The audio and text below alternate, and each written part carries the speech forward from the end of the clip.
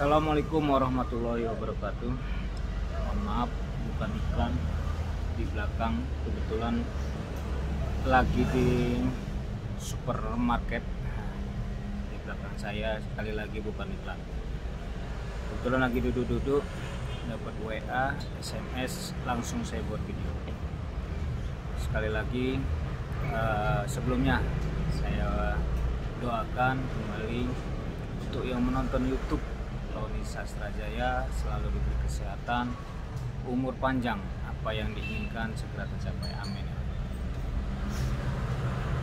Barusan ada yang WA ke saya ke nomor WA 08211 0934 469. Dia menceritakan masalah rentenir. Pak, saya ini pinjam duit 20 juta, sudah saya pulang 30 juta. Kata rentenir itu masih kurang 20 juta lagi. Bagaimana Pak menurut Bapak? Di video-video sebelumnya sudah saya pernah bahas tentang rentenir. Rentenir suatu usaha yang dilarang, membunga-bungakan bank yang tidak ada badan hukum. Yang dapat memberi bunga itu adalah bank. Bank juga tidak sembarangan, tidak memberi bunga semau bank itu sendiri. Mereka ada yang dilihat itu biasanya dari Bank Indonesia. Koperasi bisa, tapi harus jelas. Koperasi harus jelas memang untuk simpan pinjam. Biasanya simpan pinjamnya untuk anggotanya, kalau bukan anggotanya tidak bisa. Dan dia tidak boleh melebihi dari bank bunga bank yang ada. Koperasi bisa juga, tapi harus OJK, harus terdaftar dan lain-lain. Syarat-syaratnya banyak. Ada koperasi yang diizinkan, ada juga yang liar. Yang liar ya tadi, yang coba cek dia terdaftar enggak sih, berbadan hukum enggak sih, DOJK masuk enggak sih. Satunya liar. Tadi saya bilang, tadi pertanyaan tadi, saya pinjam 20 juta, sudah bayar 30 juta, harus bayar 20 juta lagi. Itu perbuatan menurut saya dilarang, pidananya juga ada. Jadi minta sama yang minjamin uang.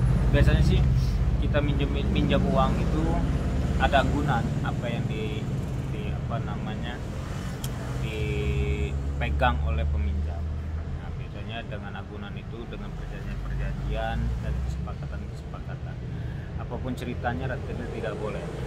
Makanya pinjam di bank terdekat kan banyak, itu bank syariah juga ada, bank lain konvensional juga banyak. Bagaimana sih kalau sudah terjadi?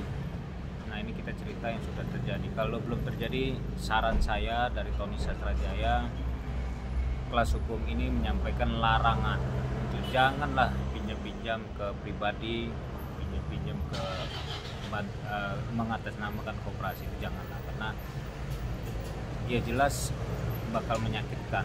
Nah, sekarang pertanyaan tadi, bagaimana kalau sudah terjadi? Kalau sudah terjadi, minta utangnya berapa sih, tolong dirinci ya. Itu bukti. Dari bukti itu nanti kita akan somasi dia. Datanglah minta bantuan ke lembaga bantuan hukum atau kantor hukum TOSA.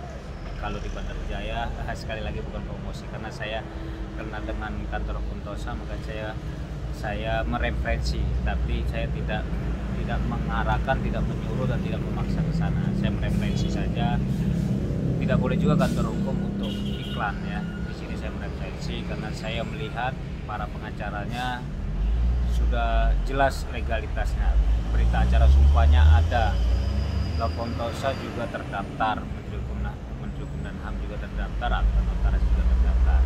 Jadi dengan tadi kita minta rincian. Kalau sudah dikasih rincian, dari rincian itu kita bisa tegur, kita bisa somasi dia bahwa uang yang Bapak pinjami sudah dipulangkan, sudah sejumlah yang dikasihkan, terus dan malah ada lebih, dan itu dianggap sudah selesai. Apabila dia juga masih juga memaksa somasi 1 untuk memulangkan umpamanya sertifikat, atau dia jaminkan mobil atau jaminkan barang atau benda,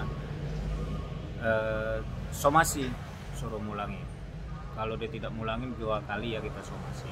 Kalau dia tetap juga nekat juga nggak mulangin, nah itu masuk unsur pidananya, masuk dia penggelapannya ada, karena menahan barang orang yang bukan miliknya itu ada pasal, ada pidana.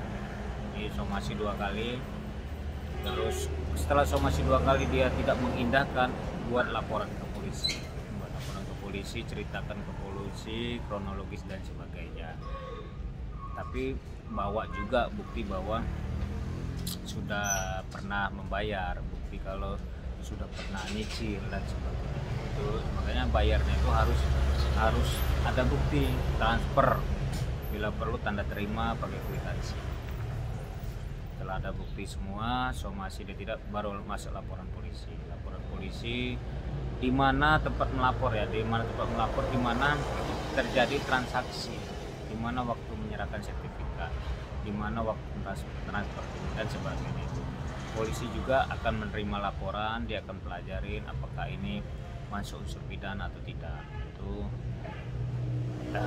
kalau sudah terjadi uang sertifikat atau barang berada di jaminan, begitu utang tetap dibayar. Berapapun utang, yang tadi utang 20 harus dibayar, itu wajib, karena dosa juga kalau tidak membayar. Kalau kita meninggal, anak-anak juga akan tanggung jawab gitu loh. Jadi selesaikanlah utang itu, ya, matinya nanti tidak menjadi penasaran ya. Jadi saran saya sih, kalau kurang paham tentang hukum bisa cari kantor hukum yang terdekat, lembaga bantuan hukum yang terdekat. Kalau seputaran Lampung Tengah, Jakarta itu ada, itu kantor hukum dosa, bisa dilihat di Google juga ada ya. Dengan disomasi dia tidak mau mulangin tadi langkah-langkahnya. Oke, semoga YouTube ini bermanfaat, berguna untuk masyarakat banyak, khususnya yang pernah bermasalah dengan rentenir, pernah ada masalah dengan orang yang membunga-bungakan uang. Jelas tidak boleh, haram, kata orang tua saya, haram. Lebih baik kita pinjam ke bank, jelas. Kalau nggak cari saudara, teman, keluarga yang punya uang, itu aja lah, daripada cari yang munggah-munggahkan. Memang cepat, gampang, simpel biasanya.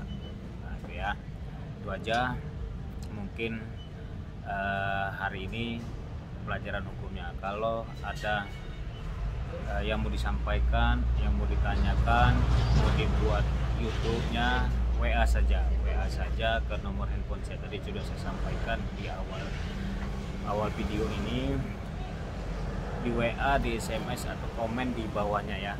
Ditunggu like and subscribe-nya, jangan lupa. Kalau sudah subscribe sekali aja, jangan subscribe lagi, karena udah subscribe yang kedua kali, yang pertamanya hilang. Oke, sekali aja. Kalau like-nya berkali-kali nggak apa-apa, like setelah ada gambar jempolnya terus. Oke, dan kalau memang ini bermanfaat, bisa di-share ke teman-teman, bisa di-share ke sahabat-sahabat, saudara-saudara, supaya ilmunya bermanfaat, supaya ilmunya dapat berguna untuk kita masyarakat, khususnya Lampung Tengah. Sekali lagi sukses untuk semua yang nonton YouTube kami. Lampung Tengah berjaya. Assalamualaikum warahmatullahi wabarakatuh.